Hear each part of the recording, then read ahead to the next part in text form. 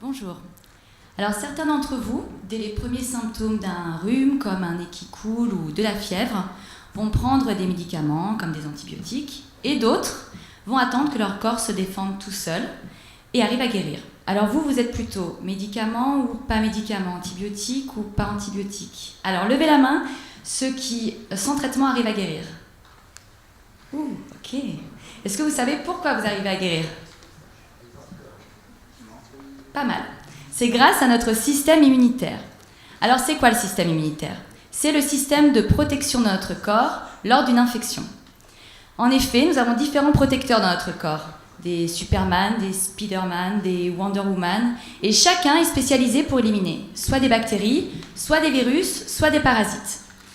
Le problème, c'est que ces protecteurs ne sont pas immortels. Ils ont besoin d'être produits, d'être constamment renouvelés dans notre corps.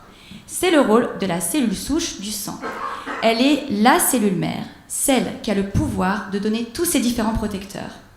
Alors comment sait-elle quel protecteur donner? En fonction du type de l'infection. Donc c'est l'étude que j'ai réalisée dans notre laboratoire à Marseille. J'ai infecté mes souris avec une bactérie et je me suis rendu compte qu'une molécule était produite dans leur sang. Cette molécule, elle est comme un signal reconnu par la cellule souche qui va lui donner l'ordre de donner le protecteur qu'il faut pour éliminer la bactérie que j'avais injectée. Alors personne ne savait encore comment la cellule souche était capable de donner tous ces différents protecteurs.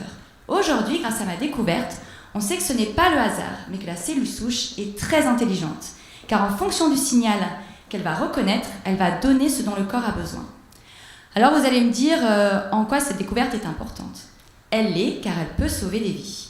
En effet, une application thérapeutique est envisageable sur des patients atteints de cancer du sang, appelé encore leucémie. Pour guérir, ces patients ont besoin d'une greffe de cellules souches du sang provenant d'un donneur sain. Le problème, c'est que ces patients meurent d'infections dues à un système immunitaire très affaibli. Alors l'idée serait d'injecter directement au patient cette molécule, ce fameux signal dont je vous ai parlé auparavant, qui activerait la cellule souche du patient, donnerait les protecteurs qu'il faut et ainsi serait protégé de toute infection. Alors aujourd'hui, j'espère que je vous ai convaincu que les antibiotiques, c'est pas forcément automatique. Grâce à notre cellule souche, grâce à votre cellule souche, celle que vous avez toutes et tous en vous, et qui va permettre de produire à la demande les protecteurs dont on a besoin lors d'une infection.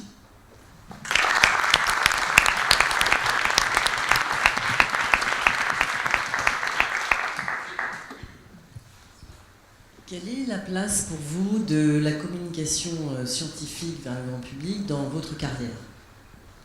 Quelle est la place que j'aimerais qu'elle oui, est actuelle? Actuelle ou que vous voudriez lui donner? Actuelle, pour l'instant, je communique. C'est ma première présentation. Et je trouve que c'est très très important parce que, comme disait la personne juste avant moi, on est assez catalogué biologiste avec nos blouses blanches dans nos laboratoires. Et généralement, on dit ouais, tu cherches, mais qu'est-ce que tu trouves au final? Et donc, je pense que c'est très très important de pouvoir communiquer ce qu'on fait. Surtout nos proches, avec nos heures qu'on passe au laboratoire. Mais qu'est-ce que tu fais? Mais qu'est-ce que tu cherches? Et donc, la vulgarisation, je pense que c'est la clé pour faire comprendre au grand public qu'on n'est pas dans les laboratoires pour rien. Continuez, vous êtes doué. Merci. J'imagine que la communication autour de la cellule souche doit être un petit peu difficile, non? Vu le débat actuel. Oui, tout à fait. Vous en sortez assez bien, je trouve, pour présenter ce débat sur les cellules souches. Est-ce que ça vous pose des problèmes quand vous discutez de vos travaux? Ah oui, complètement. Tout de suite, on assimile la cellule souche à la cellule souche embryonnaire, ce qui n'est pas du tout le cas, parce que nous, on travaille quand même sur les cellules souches hématopoïétiques, donc du sang. Donc il faut bien distinguer une cellule souche pluripotente qui est capable de donner tout ce qu'on veut et une qui est bien spécialisée et qui a un but quand même bien thérapeutique. Donc oui, on est confronté, je suis confrontée souvent et puis aussi à toute l'éthique, parce que je travaille quand même sur des modèles murins. Donc mais qu'est-ce que tu fais avec tes souris? Mais bon, on se défend. Mais c'est très bien, vous avez raison de communiquer là-dessus. Merci. Merci beaucoup.